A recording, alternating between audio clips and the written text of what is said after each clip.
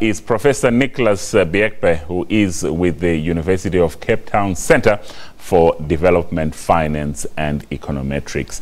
Prof, good afternoon. Thank you so much for joining us. First of all, just walk us through what this conference was meant to achieve. Good afternoon, and then good afternoon to your listeners. The conference was meant to look at, as your introductory message indicated, to look at financial schemes and models in terms of research that's been going on in the continent and other emerging markets, and how we can use these financial schemes and then research to actually empower our people, but more importantly, African governments. It's an annual event, an event that takes place every year sometime we move between other African countries. But the main aim is to look at what works for Africa in terms of case studies, in terms of best practices, and then we then bring in CEOs to come and see what academics are doing and see whether the two bodies, the CEOs, the practitioner side, actually work in tandem with the researchers in the continent. And just tell us, how different is development finance from the other forms of development aid that we receive in Africa? Development finance is, I always say, at the bottom of the pyramid in finance. When I say the bottom of the pyramid, you can talk of stock markets, you can talk of big portfolio managers. Those are not development finance. Development finance starts if you look at the village level.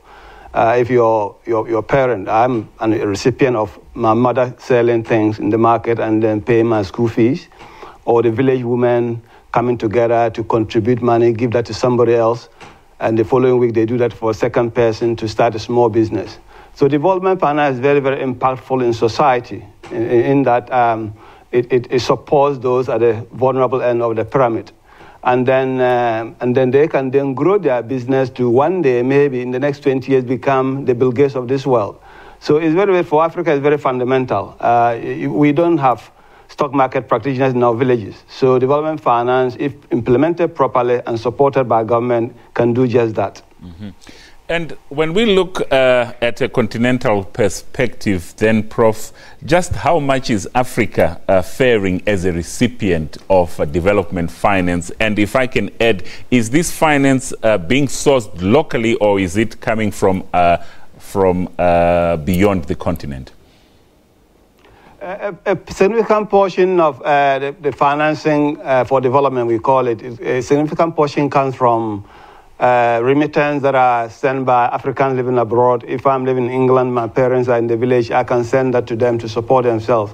But also, a lot of it is generated by government. You know, if you remember, South Africa alone, every province and the national ones have got development finance institutions. The Development Bank of Southern Africa, CFA, which is the smaller group within IDC, and the Industrial Development Corporation, the Land Bank, and all these are all development finance institutions that actually get government support, but also raise funds from sometimes outside the country to support the kind of development that I've mentioned. So it's divided into two parts: those that can flow in through other sources, and then also those that are generated, funds that are generated internally within the continent.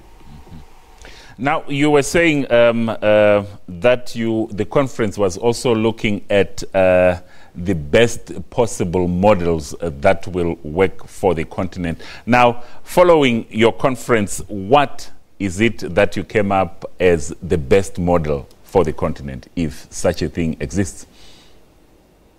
Yeah, you're right. It doesn't exist as a single unity, but it takes different attributes. We look at trade. How does development finance in the context of development actually impact on trade?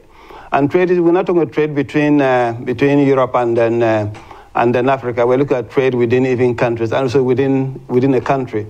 How does it, if money comes through remittance, how can that money be used as a source of development? It's not just sometimes when money comes to the country, people use that for consumption. Can that money be used in a different way to actually produce, develop business initiatives that can empower the wider community?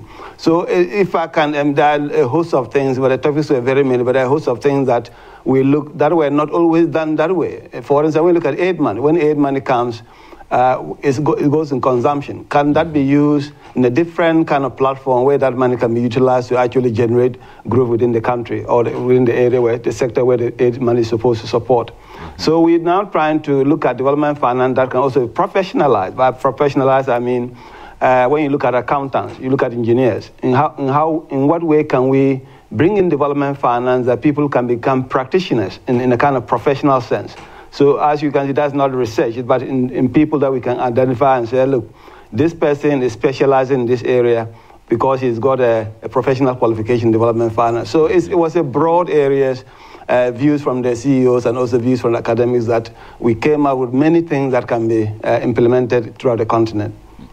And talking of the remittances and what they will be used for,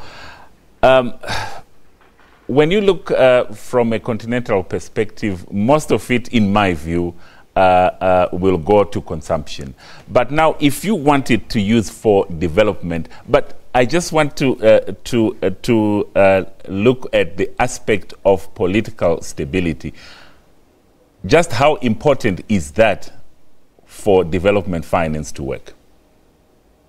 Yeah, it is very important. Political stability, my view normally, and I think it's the view of many economists, political stability actually goes ahead of economic development. If there is no political stability, then the economic development suffers. One lacks, you get political stability that goes in front, it clears the environment, then investors then come in. And that's been the case for Africa. We're battling with that. Since the days of Kwame Nkrumah, that was 50-something years ago. And if Africans can just understand that we cannot get the inflow of revenues, development fund coming in if we don't create a politically stable environment for the resources that come in can be utilized properly. So that's a major issue. And some of these discussions we have, I should say, what we had, I mean, those came out there quite a lot. We can go and then say the Europeans, the Chinese, and everybody can come here and invest. But if they look around and they see that we don't obey the rule of law, we don't obey even rules surrounding elections and all those, and then it's just a pipe dream. It's not going to happen. Well, thank you so much for your time, Prof. That there was Professor Nicholas Biekpe, who is with the University of Cape Town Center for Development Finance and Econometrics, speaking to us from our studios in Cape Town. Thank you so much for your time. We'll take a short break. Don't go away. More news coming up right after this.